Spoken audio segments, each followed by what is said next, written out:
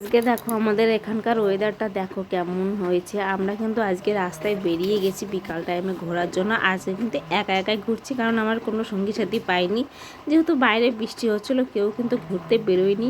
আর আমার কিন্তু বাড়িতে সবসময় একটু মন বসে না, তাই জন্য দেখো আমরা বিকালবেলা বাইরে চলে এসেছি।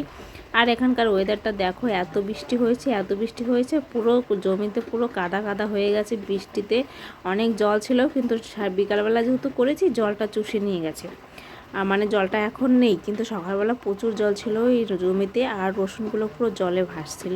হ্যালো এভরিওয়ান, তো আমার একটা নতুন ব্লগে তোমাদের সবাইকে স্বাগত। তোমরা সবাই কেমন আছো? আশা করি অনেক ভালো আছো। আমি কিন্তু একটু ভালো নেই, কারণ চারিদিকে এত বৃষ্টি হচ্ছে, মন মেজাজ খুবই খারাপ। কারণ আমাদের বাড়িতে যেহেতু ফসল এসছে, কিন্তু ফসলগুলো কিন্তু রোদে দিতে পারছি না, না হলে নষ্ট হয়ে যাবে। রসুনগুলো রোদে না দিতে পারলে কিন্তু সত্যি নষ্ট হয়ে যাবে। তাই জন্য দেখো মন মেজাজ অনেকটাই খারাপ। আর এখানে দেখো আজকে আমাদের রাতে রান্না হচ্ছে পরোটা। আর আমার হাজবেন্ড কিন্তু ভালো করে এই আটার মধ্যে পুরো আলু ছেঁড়ার পুরটা দিয়ে দিচ্ছে। আর এই আমি কিন্তু ভালো করে বেলে নিচ্ছি। আর এখন ভাজা হবে, খাওয়া হবে পরোটা। যেহেতু বাইরে বৃষ্টি হচ্ছে, একটু কিছু ভালো মন্দ না খেলে কিন্তু হবে না। তাই জন্য বসে বসে সময় কাটানোর জন্য বসে বসে পরোটা করছি, এগুলো করছি। কি করবো বলো তো, কিন্তু খাওয়া দাওয়াটা ভালো করতে হবে, তাই না? তো এখানে দেখো আমার হাজবেন্ড কিন্তু ভাজা শুরু করে দিয়েছে, ঘি দিয়ে পুরো পরোটাগুলো ভাজছে। ঘি দিয়ে কিন্তু পরোটা ভাজলে সত্যি অসাধারণ টেস্ট লাগে। আলুর পুরটা দিয়ে খাচ্ছি, তো এটা কিন্তু খেতে কিন্তু সত্যি অসাধারণ হয়েছিল। মানে কি বলবো বন্ধুরা, তোমরা একটু বানিয়ে দেখবা।